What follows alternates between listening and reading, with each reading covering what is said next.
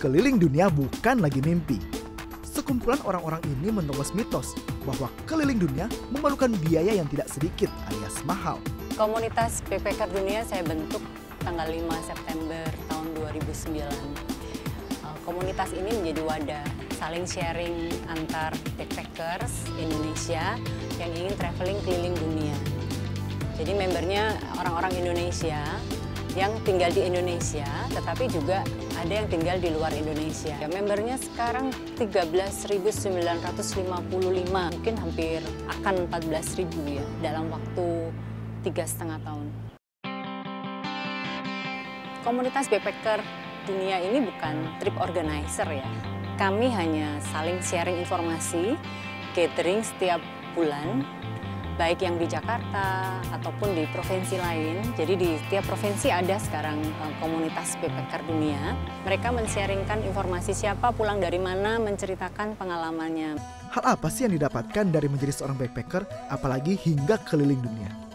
Backpacking ini kan smart traveler, ya, pejalan mandiri. Jadi kita bisa men-saving pengeluaran kita dengan cara ini. Jadi tantangannya lebih backpackingan itu lebih ke mandiri gitu ya. Jadi kita cari akomodasinya, ya kan. Dari satu tempat ke tempat yang lain itu caranya bagaimana. Ya kan? Nah, saya seringkali mendapatkan tantangan justru di situ.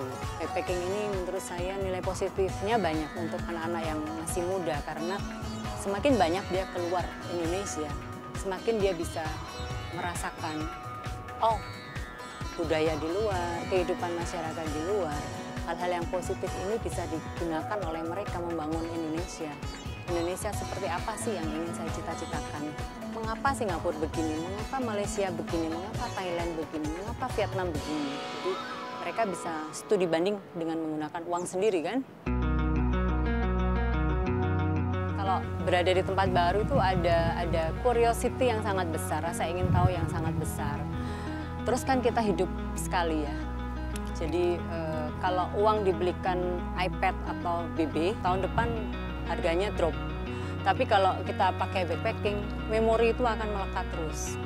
Jadi senyampang kita masih hidup, nggak ada salahnya kita menambah pengalaman untuk hal-hal yang lebih positif ya. Apa pengalaman paling menarik yang Anda dapatkan selama perjalanan keliling dunia dengan menggendong tas?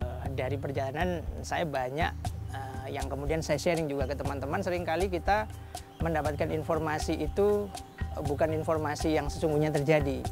Karena semata-mata negara itu mungkin tertutup. Kayak kemarin waktu di Kathmandu, Nepal ini kan negara Hindu. Saya ingin melihat apakah ada gereja di sana. Ternyata ada gereja yang pernah dibom tahun berapa. Itu pun saya muter-muter nyari informasi karena orang di situ pun nggak ada yang tahu. Dan akhirnya saya dapat dan saya menemukan keunikan di situ. Jadi gereja yang modelnya apa ya, budayanya budaya Hindu, tapi adalah sebuah gereja. Nah, contohnya seperti itu. Oh, di Timur Tengah itu seru. Karena pada awalnya saya pinginnya napak tilas semua daerah-daerah yang Timur Tengah yang masih bisa dijangkau dengan visa Indonesia. Saya pingin coba bisa nggak perempuan nembus Timur Tengah sendiri, gitu kan. Nah, saya coba mulai dari Turki karena paling murah tiketnya ke sana. Terus mau masuk ke Lebanon nggak bisa karena masalah visa dengan Indonesia. Saya terbang langsung ke Jordan, dari Jordan mau masuk Israel nggak bisa karena saya backpacker solo sendiri, cewek, disangka mau bantu relawan mungkin.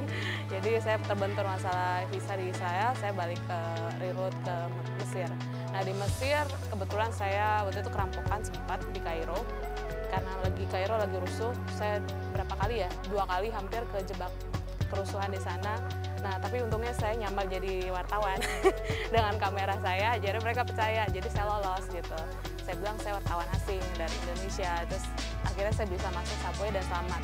Nah, kayak saya waktu kemarin ke India, Nepal, saya total 14 kota, budget sekitar $700-800. Itu 2 bulan dan di 7 kota saya tinggal numpang di rumah orang. Tapi nggak numpang langsung datang minta numpang, nggak. Tapi ya lewat komunitas Couchsurfing itu. Tips backpacking bagi pemula ala komunitas backpacker dunia.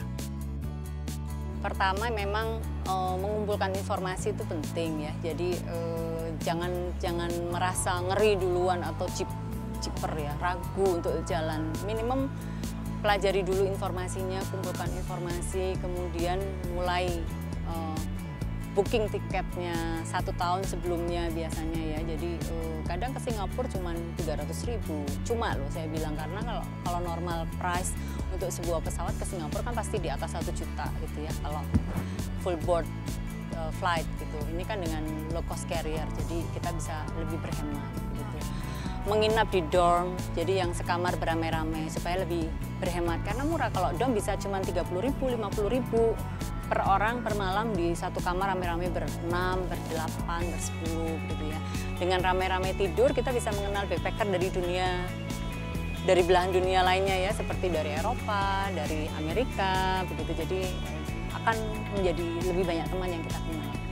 Sering datang gathering supaya bisa lebih menyerap semangat teman-teman ya, dan lebih berani untuk mulai jalan. Nggak perlu ragu karena tetap ada teman-teman yang mensupport.